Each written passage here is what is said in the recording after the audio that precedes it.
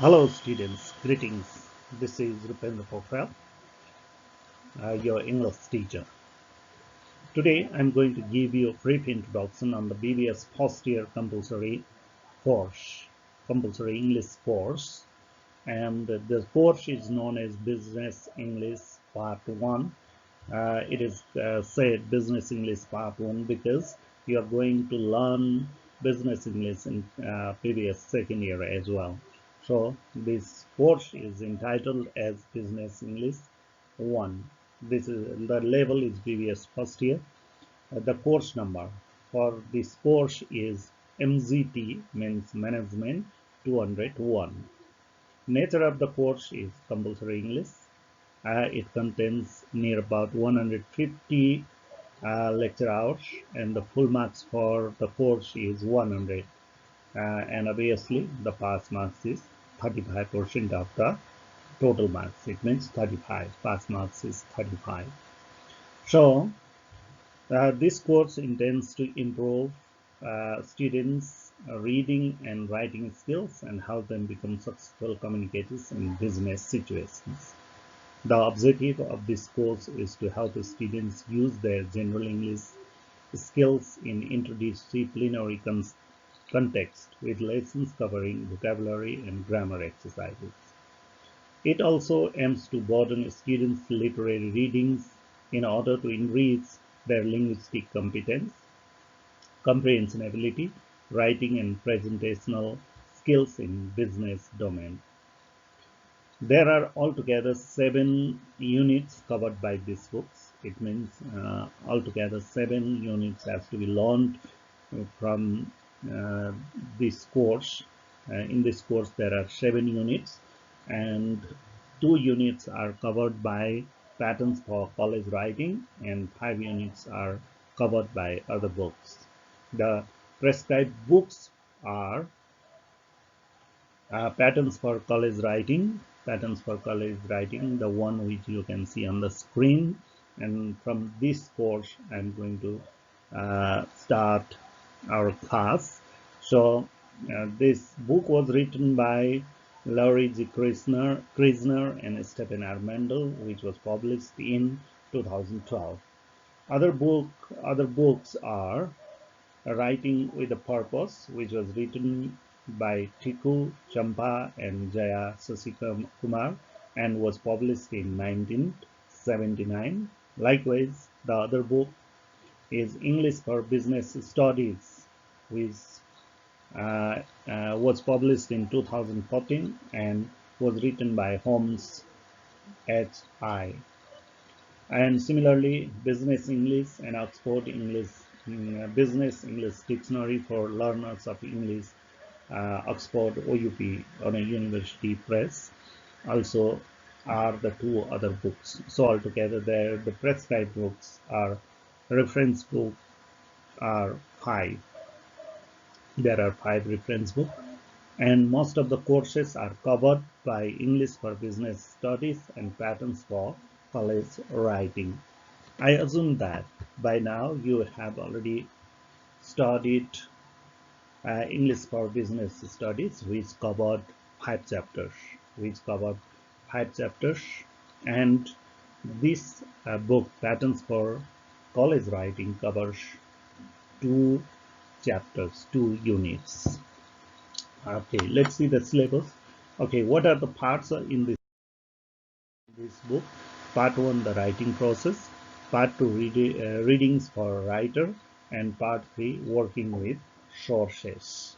So altogether this book is composed of 3 parts: the writing process, reading for writer, working with sources. So this Patterns for College Writing is composed of 3 chapters. According to the syllabus given by the Tribhuvan University, Unit 6 and Unit 7 are the uh, part of this course. So Unit 6, Reading Strategies and Writing Process, which covers 25 marks, and the lecture hours for this is 40 hours. So the topics that will be covered in Unit 6 are reading to write, becoming a critical reader, and writing process, writing in the underwriting process, invention, arrangement, drafting and revising, editing and proofreading, and paragraph writing. These are the uh, topics covered by Unit 6, Reading Strategies and Writing Process. In Unit 7, Patterns of Writing, uh, Unit 7 is Patterns of Writing, and it covers 30 marks. So the lecture hours allocated for this unit is 45 hours. 45 hours. So altogether, this book, Patterns for College Writing, covers majority of the marks, which means 55 marks, 30 plus 25, 55 marks, and a majority of lecture hours also covered by this book itself. So in Unit 7, Patterns of Writing, especially it talks about different type of essays with the examples by proficient writers who have set their foot in the writing fields. So we'll be reading different essays, and the type of essays will be narration, description, cause and effect, comparison and contrast, uh, definition, and argumentation. With this, there are different essays. As I told you earlier, there are different essays as an example. So the writing process. I'm going to give you the overview of writing process. In the writing process, I told you earlier, there are four things included, or four steps included in writing process. Those are invention, arrangement, drafting and revising, editing, and proofreading. These are the topics covered by the writing process.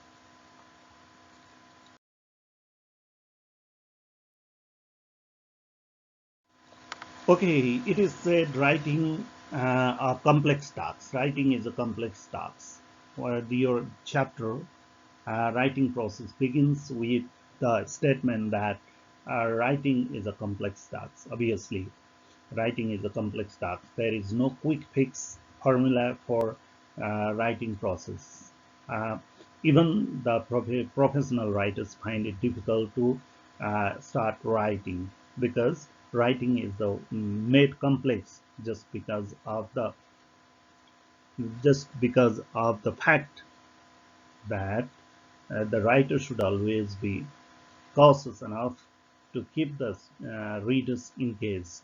When the readers start to read a text, they should remain glued to what they are reading. If the interest is not created in the part of the audience or readers, then obviously the reading will not be interesting and the people will not read it. So to make it interesting, the challenge is to make it interesting and logical as well.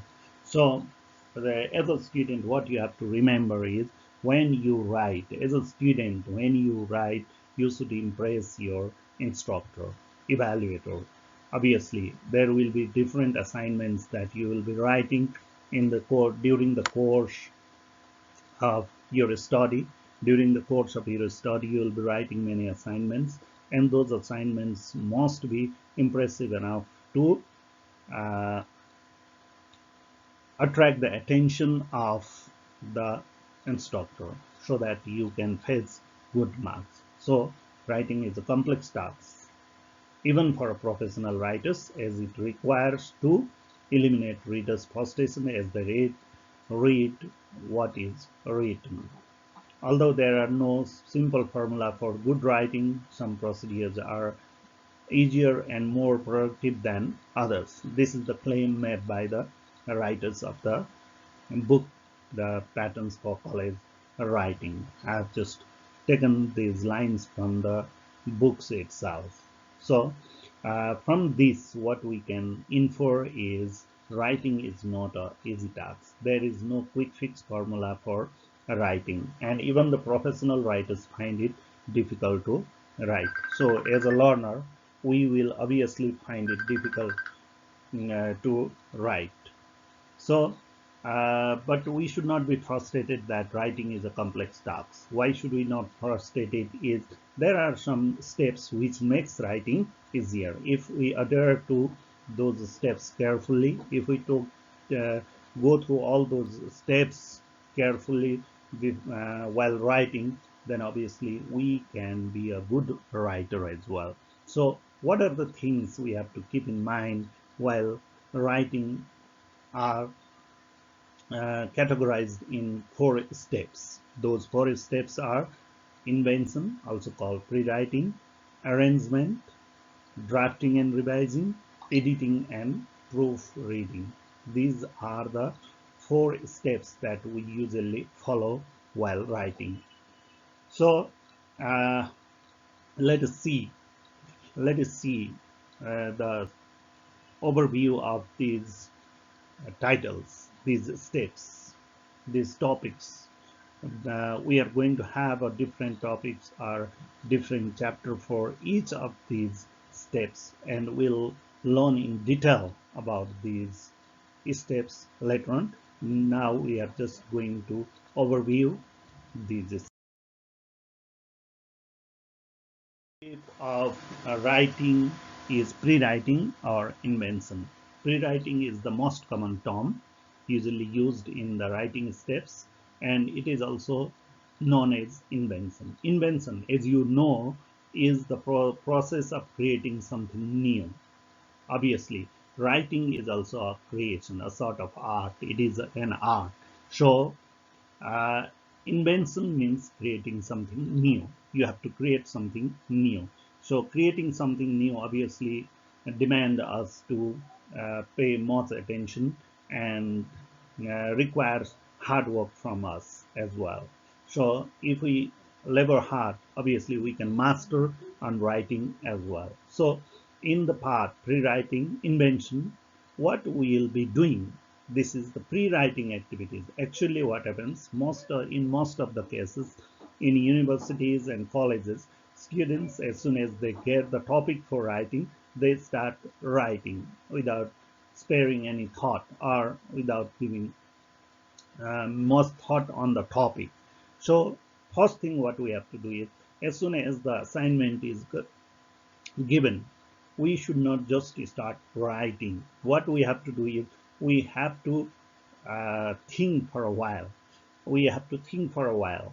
We have to try to understand the assignment properly. We have to read and reread the assignment many times. We have to underline the key terms. We have to uh, mm, find out the purpose. Only then we will be able to give the correct uh, explanation of the assignments. We can write a good paragraphs. So invention is the pre-writing activity, or it is also known as pre-writing activities, but it is one of the most neglected part because I gave you right now an example that as soon as the students get the assignment, they don't spare thought, they just start writing. So what we have to do in the process of pre-writing is we have to think what to write. What to write. We have to read the assignment carefully and think what we are going to write and what are the information that we are going to include in it. What are the supporting ideas? How are we going to explain our essay? Such as, are we going to describe it? Are we going to write subjectively, narratively, comparison and contrast, cause and effect, definition, or argumentation? What is the way ahead? How are we going to explain this? And what we want to say? Obviously, we should write a thesis statement in the introductory part of our essay, and the thesis statement is what we are going to say, what our claim is, and which we are going to support with different supporting ideas. So in conclusion, what we'll do, we are going to restate the thesis supporting with different ideas. So in invention or pre-writing activities, the questions that we have to ask ourselves are what to write, what are the information, what are the supporting ideas, how am I going to explain and what I want to say, and then only we have to start writing.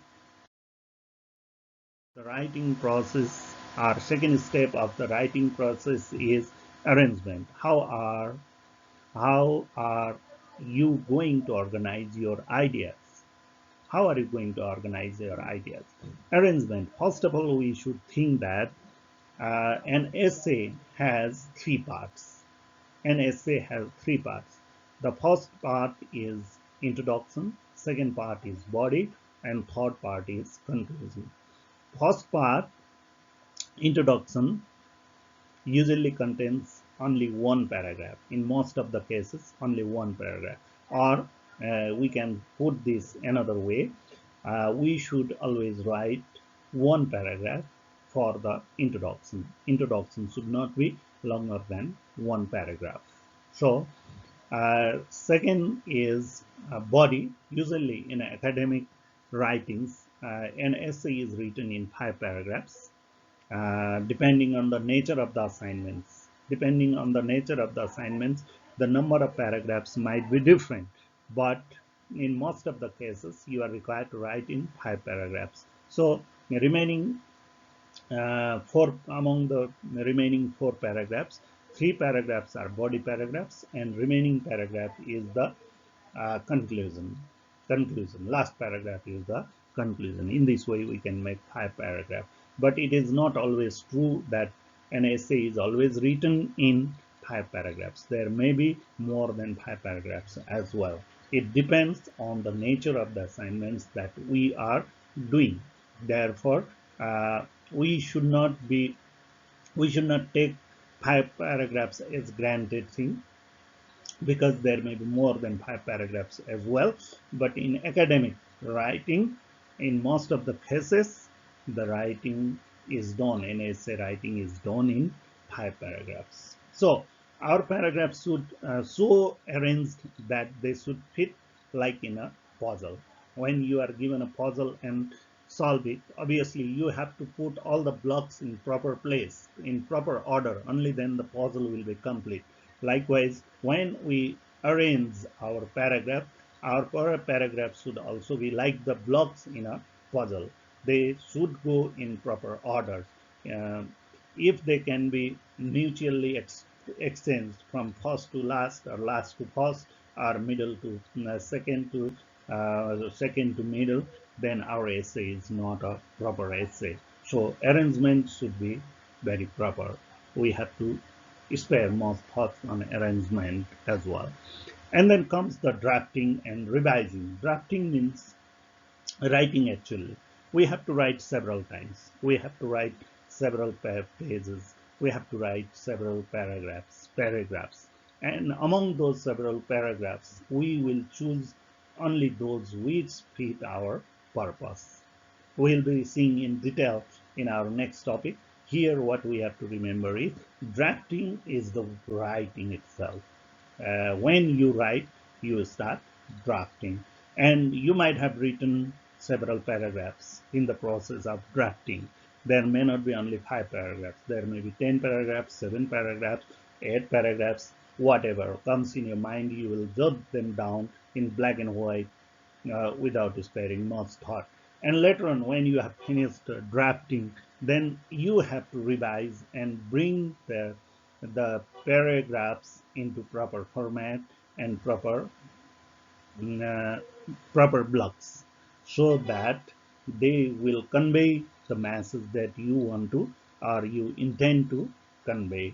So during drafting and revising, you will write several drafts as you consider your ideas and refine your style and structure. Obviously, we have to focus on your style and structure as well. In detail, we'll see in our next chapter, because one different chapter has been dedicated for the same thing. So, and the final stage of the writing is editing and proofreading. Editing and proofreading is looking for the lapses, looking for the errors, looking for the mistakes that we have made in the course of writing. And what are those mistakes? What are those lapses? There may be grammatical mistakes, so we have to check the grammar. There may be spelling mistakes, so we have to check the spelling. There may be punctuation mistakes, and that should be punctuation should be checked. Likewise, sentence structures, we might uh, write many fragments and run-on sentences. We have to filter out them, and we should try to write all the complete sentences. There should not be ambiguous sentences. There should not be fragments. These things should be checked. And another thing we have to check is typo check. Typos means typing mistake. Typos means typing mistake. And nowadays, most of the universities and colleges demand our students to type their assignments rather than write in handwriting. Therefore, when we type, we have to see our typing is correct. Okay, finally, we have to check the format. Some format are prescribed by the universities, and we must follow that format. We must follow that format. And the part 3, we will see what format is and what are the different common formats used in the academia. These things we'll see. So these are the things we will be seeing in writing process. And in our next lecture, in our next class, we will uh, start with reading to write, becoming a critical reader. Thank you very much. It's Rupendra Pokhrel.